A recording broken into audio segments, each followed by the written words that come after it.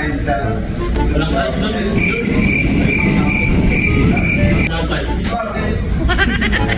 Walang rice doon. Pinakain ng breakfast. Pinaghintay nyo ba yung... Lord natin?